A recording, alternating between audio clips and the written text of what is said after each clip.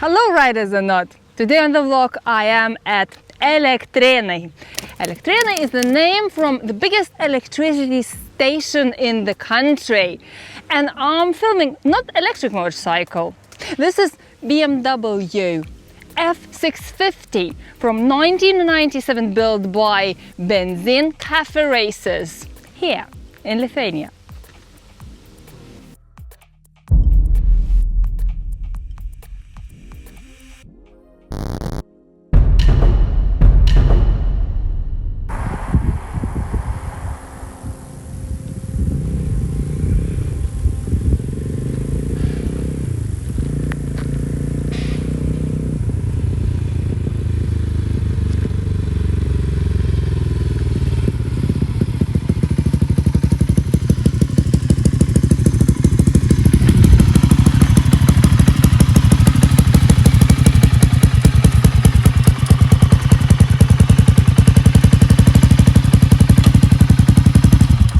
Hi Tom! Hi! So why is this model? Because I got it from Batman Garage in London. From Batman Garage in London? Yeah, okay. In Shadwell, for very cheap. For a very good price. for a very good price. And I said, well, I'm still gonna do something out of it. So it took 2 years and here we are with something. I met you at the bike shed show. Yes. So you are established builder now. How many bikes you built already? I started one for myself and then I sold it, got some profit, and then I did another one and another one. And then in the end I quit my job and started building that daily. Well, that sounds like a dream come true. As a full-time builder. So you're a full-time builder now? Yeah, I am. That's amazing. I am, but my main activity is still 1-to-5s.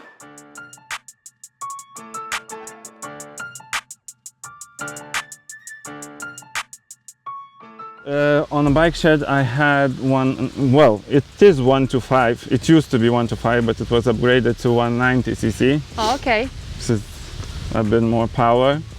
And yeah, so that one was Honda XR 1-to-5 with a little bigger engine. But it was completely different than all other my builds.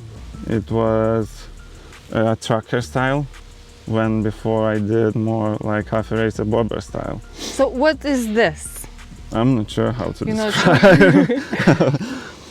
Is it a bob tracker? I track don't know. bobber? It's, I would say tracker. It's a yeah, it looks more like village a bike. Village bike?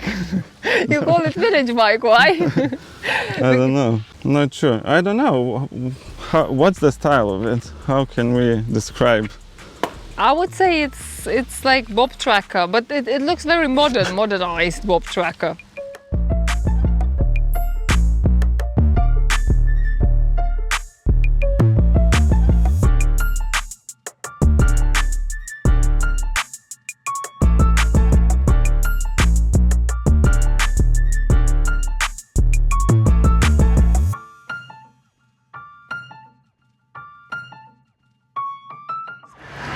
You chose the tire, which you said is not very nice on the turns, so you sacrifice the performance over the looks of the bike? Well, yeah, all the time.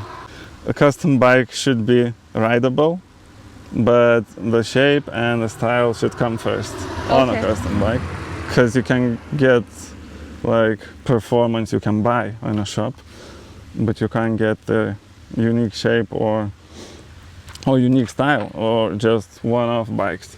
So you don't touch the engine, you don't touch the gearbox, just no, make sure it's on working, and then you work purely on the yeah, I make sure that outside. It's like new. It's not new, but like new. And then I focus on the style. I couldn't use any other tank already made, because the frame goes in the angle that you can't fit anything on it. So in the end I had to make a tank to make this bike work. And yeah, the shape, well, the lines came with the engine angle, so all the rear subframe comes from here. Then all these two lines are parallel. This one comes to the headlight. Oh yeah, look at this. That's clever. It's so many details. Like for example, I'll get the camera and I'll show. The tail lights, the air filters and the exhaust. It's nicely matching, as well as the lines on the side and the line of a tank and the line of a headlight. And I really like that the tank has the shape that you feel kind of uncomfortable to look at it, but it works. It came up a bit taller because I thought it's gonna have a little thinner seat. But then again, see, it came with all the other lines together. It's up to here. You sketch? I had a vision. You have a vision? I had a sketch. I can send it to you.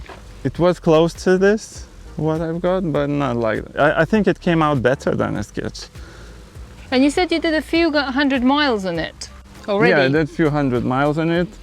Do you always test your bikes properly, like a few hundred miles? Just to make sure that... Well, if I do those 1 to 5 now, but... Because you already did the first one and you know it's working. Yeah, but I really like to have a ride on a bike, because I don't have my own bike. Oh, so you this ride is the my bike own that bike. you... This is my own bike, but I was working on it for 2 years, so... You're gonna ride it. You build it for yourself. Yeah. Sort of. Well... Yeah, until it's sold. Until the bike shed. Yeah, until the bike... Oh, you're taking it to the bike shed? I think I'll take it to the bike shed 23. We'll see you there then. Well, I hope. You hope so. You will submit it to the bike shed. Yeah, I will. Definitely I will. What would you say this bike for? But like, who should buy a bike like this? Someone who wants to be unique. Well, I don't believe anyone will build a bike like that. Exactly like that. So yeah, probably someone who wants to be different. And is it for somebody in the town or more in the areas like this? I would say London. Built for London. In Lithuania. Can we go and see where you're building your bikes? Well, yeah, sure. Okay. Let's go. Let's go then.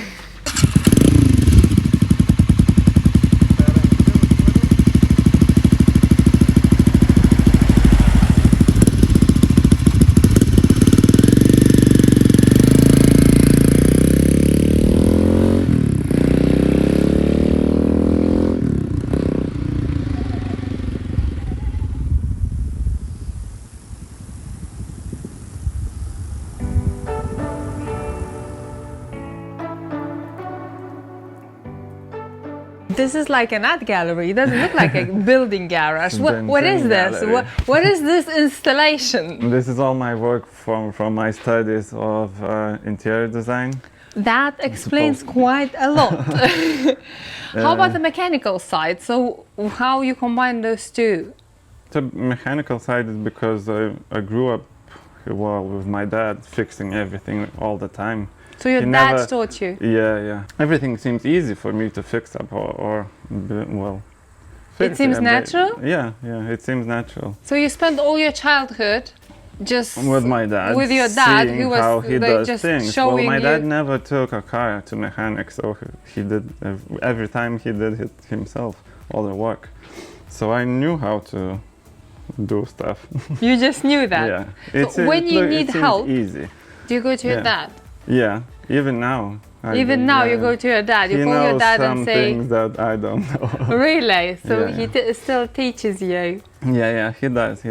How important it is to have a teacher when you start building bikes? Well, not a teacher, but somebody sometimes to call. you get into the moment when you don't know what to do at all. YouTube can't tell you. With that one I stuck many times. So you called your dad? Yeah. Your dad helped you? Yeah. With carbs especially, because I don't know how that magic happens inside. Are you thinking to turn it into a family business? No, I don't. To employ your dad to do the carbs? No, he wants to, but no. Do you argue? No, never. No, I can't argue with my dad. Oh, you can't argue with him? No, I wouldn't. I don't know. Okay, I think he's right. Oh, you think he's always right? Okay. So you Maybe just watch and learn. Yeah. I will do. Okay, then does he argue with you? No. He comes and says like, oh, that's not gonna work. No, because I think we are quite similar characters, but he has that mechanical side. I've got my design side, which I'm approaching those bikes from. So I look at the shape, I look at the style, which is most important to me, and he looks at those mechanical things. So we don't argue because he doesn't understand my side and I don't understand quite well his side. And these two are your 125s? Yeah, these two are my usual 125s. Well, not usual. I've started these a year ago, I guess. I've decided to try on a CBF 125. So these are Hondas? Honda 125. CBF 125. Usually you find them as a commuter delivery bike. Well, this one is 2014 and that one is 2011. So quite new. And these are already manufactured in India. It has injection system, so it's easy to use, to maintain, and they are now stylish. Yes, they are. Conscious, ISO, down back in my bag and I gotta brag, I do this shit for real. When we was down and we had nothing, we had to share a meal. We put the shit in overdrive with no steering wheel.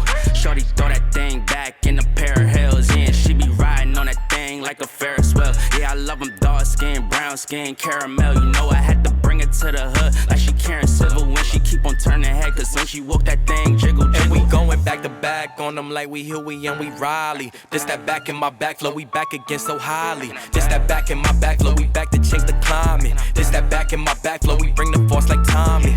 Back in my back flow. Back in my, yeah, back in my bag, yeah.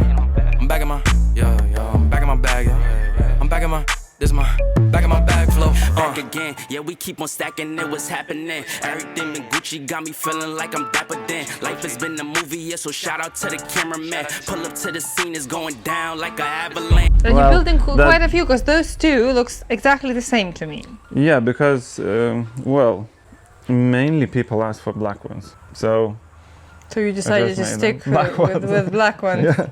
Well, I've got a dealer, Vogue Autos, who sells my bike, so okay, so you have a dealer in London? In Nottingham. In Nottingham? Yeah. In UK? Vogue Auto Group. And they're selling my bikes, because it's quite difficult to sell when you are in Lithuania. Yes, of course. Yeah. You lived in UK, didn't you? Yeah, I've lived in London for 9 years.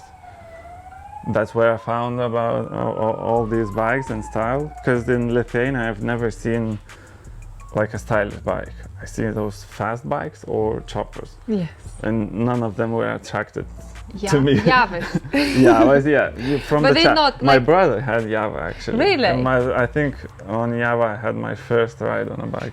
When in London, we lived in Wapping, so where the bike shed takes place, and we noticed those Caferacers and decided to find out what's that.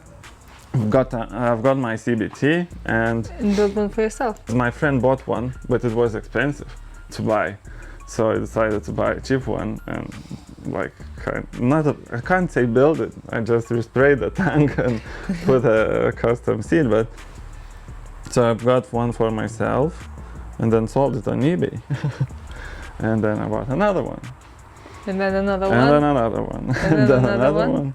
And so I couldn't quit. How many bikes do you build at least? Can I sit on it? Yeah, sure. Do you build at least one in a month? Oh, that's nice. I did these two in July.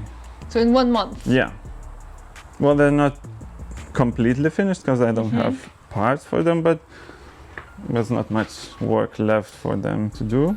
Yeah. It's still comfortable, no? Yeah, it doesn't look so comfortable as it is. Actually, surprisingly, but like all three of your bikes doesn't look comfortable. It looks very stylish, but it looks like once you will sit on it, it's not comfortable. But I saw you riding, and even with the square wheels, it I do corners now. Yeah, but it didn't look awkward or anything. And when I sat on it, it feels all right. And this one feels absolutely... Yeah, with this one I was surprised. I did once like 110 around 80 miles. Mm-hmm. And it was fine. I didn't really? have 125, any, yeah. Yeah. Because these are quite far. Well, I mean, faster than the carb models. This injection system works well. I forgot to ask about the exhaust of this one and about all the little parts like mirrors and handlebars and rear lights, signals and everything, because I don't see big brands in it. When you look from like...